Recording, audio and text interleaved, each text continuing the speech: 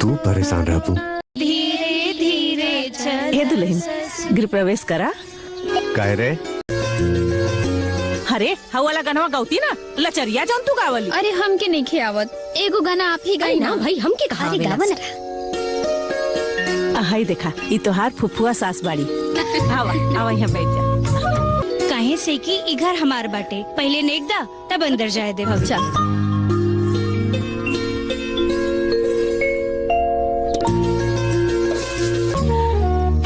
ई जोन तोहार फुफुआ सास बाड़ी ना, तोहरे दुल्हा के खूब तेल मालिश कैले बाड़ी। इनकर खूब गोड़ और मालिश पढ़ावत रानी। अच्छा पढ़ावत रहलू हा? संगीत, सिलाई बुनाई और इसका दा। ए सुन जा, ई सब अनाप शनाप बात ना अपन बंद करा जा। हम खाना बनावे भी आवेला। अच्छा तोहरा लाज लागता? एगो गई तू कहाँ से कि लाज लागता इनका। अब बिना कहले न कपार पर दिन नफर नाचत रहे के बा।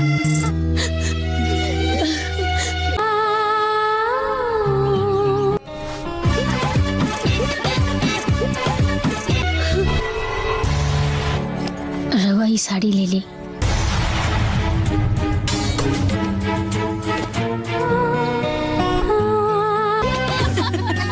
जो देख लू ये तो हो गया।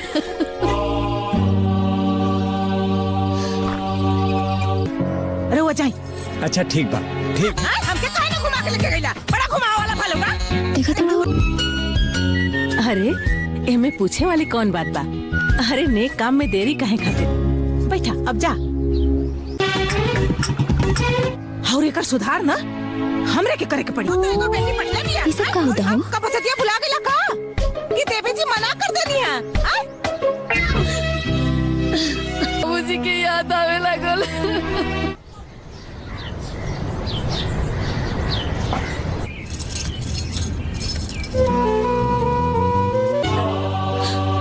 क्या करी भौजी, दुल्हनिया के गीत सुन के हमरा बड़ी माई बाप। जाना तारू कैसन लगा तारू? जैसे बदरी में चांद। और भाभी आवत बड़ी, साड़ी ओड़ी पसंद करला त जइहा। सर पसंद कर ली। हम दूसरा साड़ी ले लेता नहीं, ओमे का बा भौजी के दूसरा साड़ी ले लेबू। ये साड़ी ले ला तू। आ सामान वामान रख ले बाड़ू ना? हम आई रख ले बाड़ी। बाकिर बबनी, ये बक्सा में ना और भी बहुत साड़ी बा। रवा को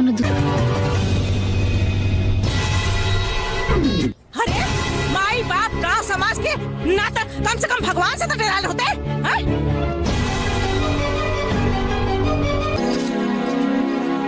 कहो ये सब्जियां काहे काटत हऊ? का होई? ए माई जी छोड़ दाना, खाला। देखा तू ना खेबू तो बाबू। ए हमार बात कान खोल के सुन ला है? तो जी ना खाई।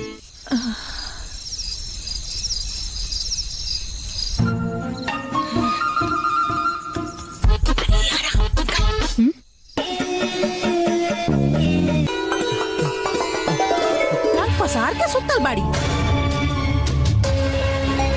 तो है महारानी है।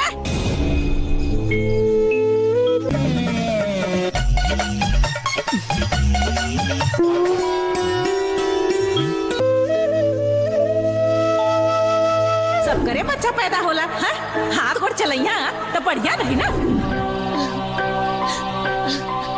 तार पेट में बच्चा बा।